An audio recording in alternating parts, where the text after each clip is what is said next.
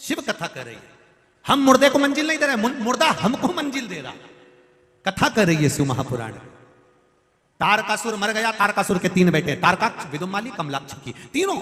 तीनों ने भगवान शिव का ब्रह्मा जी से वर मांगा, हम मरे ना। ब्रह्मा जी ने कहा मरना तो पड़ेगा, तो फिर वर दे दो हमको। क्या वर दिया जाए? वर दिया, हम मरे तो तीनों एक साथ मरे। तीनों को वर दे दिया। तीनों ने उपद्रव चालू करा। तीनों ने विचार कर लिया कि एक जगह पे इकट्ठे कभी मत होना, एक जगह पे इकट्ठे मत हो कभी भी। कितनी बड़ी बात शिव महापुराण की कहती है। ये सीख देती है कि एक साथ इकट्ठे होकर घर के सभी व्यक्ति, घर के सारे पुरुष एक साथ कहीं पर भी ना जाएं। घर में कम से कम एक व्यक्ति को तो छोड़कर जाइए। कम से कम घर में एकाध व्यक्ति तो रहे। सब चले, सब अलग अलग हो गए। उपद्रव मचाया। भगवान शिव जी ने कह दिया 33 कोटि देवी देवता पशु बन जाओ और मैं तुम्हारा पति बनता हूं। मैं नंदी का बड़ा रूप लेकर दौड़ूंगा, भागूंगा, तुम आगे आगे भागना, मैं पीछे पीछे भागूंगा। इन तीनों को इकट्ठा करना, मैं मार दूंगा। तीनों इकट्ठे हो गए। शिव जी नंदी का रूप लेकर आए। उन्होंने सींग के बल पर तारकाक्ष विदुमाली को मार दिया। कमलाक्ष की पीछे से आकर शिव जी का सिर काट दिया। सिर जाकर नेपाल में गिर गया।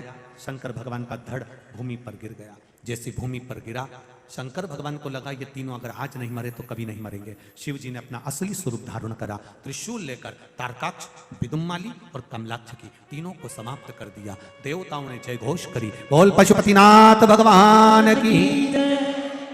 नेपाल में जाकर वो शीश गिरता है और भगवान पशुपतिनाथ के रूप में विद्यमान होते हैं। धड़ केदारेश्वर के रूप में विद्यमान होता है, विराजमान होता है। बोल केदारनाथ भगवान की।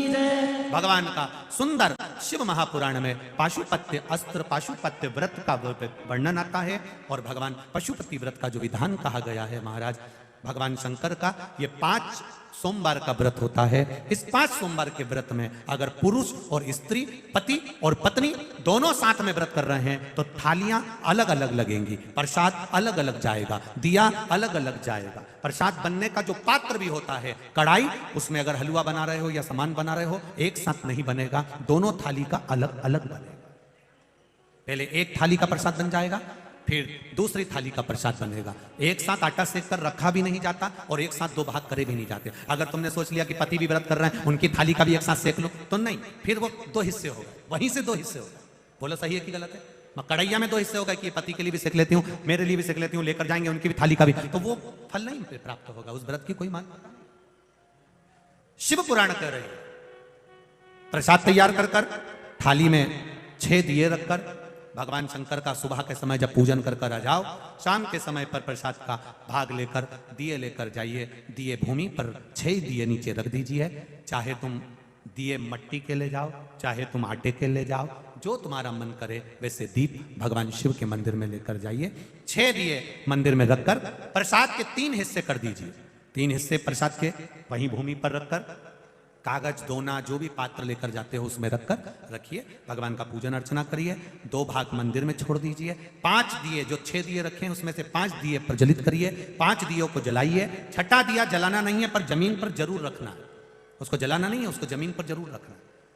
ऐसा नहीं कि थाली में रखे वापस लिया वहां से, जमीन पर रखो, उसको जलाना नहीं है। 5 दिए प्रज्वलित कर कर पूजन कर कर देवाधिदेव महादेव से प्रार्थना कर कर, बाबा आज मैंने पशुपति व्रत लिया है, आप कृपा करना, ये मेरा पहला व्रत है बाबा, उसको स्वीकार करना। बाबा से विनती करना। विनती कर कर बाबा से 1 दिया और प्रसाद का 1 हिस्सा उठाकर वापिस रख लो। जिस दिए को जलाया नहीं है वो दिया थाली में लेकर प्रसाद का हिस्सा लेकर वापिस घर की ओर चल दो। घर में प्रवेश करते समय देहली के अंदर नहीं, देहली के बाहर, दरवाजे से बाहर सीधे हाथ की ओर बैठकर आराम से वो 6ठे नंबर का दिया प्रज्वलित कर दीजिए, जला दीजिए। घर का अपना मुख घर की ओर होना चाहिए। जहां बैठोगे सीधे हाथ पर अपना द्वार की ओर मुख कर कर सीधे हाथ पर दिया लगा दीजिए, जला दीजिए। बाबा से विनती करते हुए घर में प्रवेश कर लो। जो 1 हिस्सा प्रसाद का लेकर आए हो, जब भोजन ग्रहण करो उससे पहले वो प्रसाद का हिस्सा पा लीजिए। उस प्रसाद में से किसी को भी प्रसाद नहीं देना है, उसको स्वयं को पाना। ऐसे 5 व्रत पूर्ण करिए। 5 व्रत के बीच में अगर चतुर्थी आ जाए, तीज आ जाए, एकादशी आ जाए और आप अगर व्रत करते हो तो पहले अपना व्रत कर लो। ये पशुपति व्रत उस दिन छोड़ दो, अगले में कर लेना।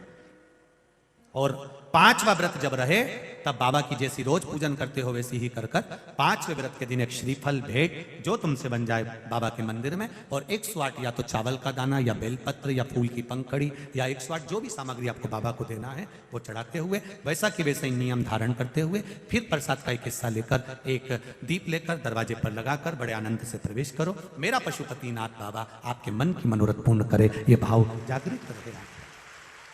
शिव जी से निवेदन करते हुए भगवान केदारेश्वर की ये 3 कथा हमारे यहाँ शिव महापुराण में वर्णन आती है।